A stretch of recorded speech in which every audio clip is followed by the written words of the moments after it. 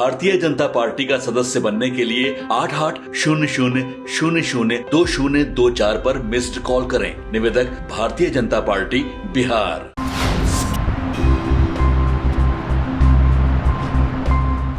Railway की जमीन को बेचकर अपनी अकूत संपत्ति बनाई हो। आज जो बयान वो दे रहे हैं, यदि यही सोचे होते उस वक्त तो शायद वो सब गलतियां वो न किए होते, कि सत्य की जीत हो, न्याय मिले और जो दोषी हैं उन पर कार्रवाई हो और आगे वो सुरक्षित रह सके। नमस्कार, आप देख रहे हैं लाइव सीरीज। मैं हूं आपके साथ रोहित। आपको बता दें कि राजद सुप्रीमो लालू प्रसाद यादव देखिए आज सुबह एक ट्वीट किए और ट्वीट के जरिए देश के प्रधानमंत्री नरेंद्र मोदी पर निशाना साधते नजर आ रहे थे। और उन्होंने ट्वीट में लिखा कि 10 सालों में ट्रेन को बेच दिया गया, पटरियों को बेचने की तैयारी है, उसके बाद भी जो रेलवे है वो घाटा में है। अब देखिए लालू यादव के ट्वीट को लेकर खूब सियासी घमासान मचा हुआ है। और देखिए बिहार सरकार के मंत्री हैं मंगल पांडे खूब बरस गए लालू यादव पर और साफ साफ कहते नज़र आ रहे हैं कि जो लालू यादव रेलवे के ज़मीन को बेचकर अपने परिवार के संपत्ति को बनाई हो, उनको बोलने का कोई हक नहीं है। क्या कुछ करें मंगल पांडे, सबसे पहले आप उनका पूरा बयान सुनिए। रेलवे की जमीन को बेचकर अपनी अकूत संपत्ति बनाई हो, जिसके ऊपर रेलवे की संपत्ति को बेच के परिवार के लिए अकूत संपत्ति कमाने के मामले चल रहे हैं। परिवार के लोग वैसे मामलों पर बेल पे, तो उस व्यक्ति के किसी इस प्रकार के बयान का कोई मतलब नहीं रह जाता है। जो व्यक्ति स्वयं रेलवे मंत्री के रूप में रेलवे के संपत्ति के बदले अपनी संपत्ति बनाने का जिन्होंने प्रयास किया हो, उससे समझा जा सकता है कि वो कैसे थे उस वक्त।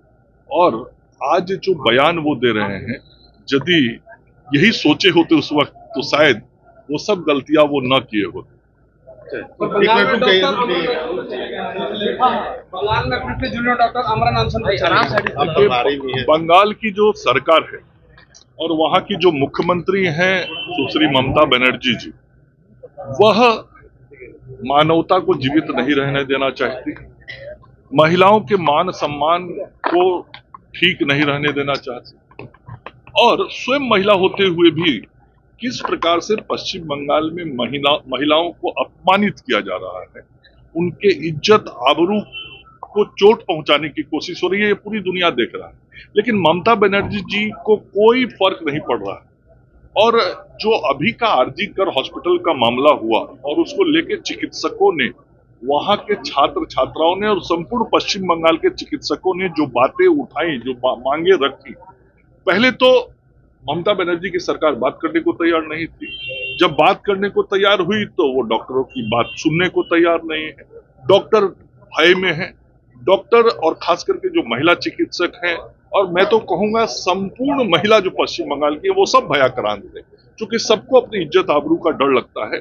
और हमारे जो चिकित्सक अपनी वाजिब बातों को वहां सरकार के सामने कह रहे हैं, रख रहे हैं, वो ममता बनर्जी सुनने को तैयार नहीं है। इसलिए तैयार नहीं है कि जो पूरा घटनाक्रम आरजी कर का हुआ था, उसमें जो उनके नजदीक के लोग फंसे हुए, टीएमसी के लोग, उनको बचाना ही उनका मकसद है।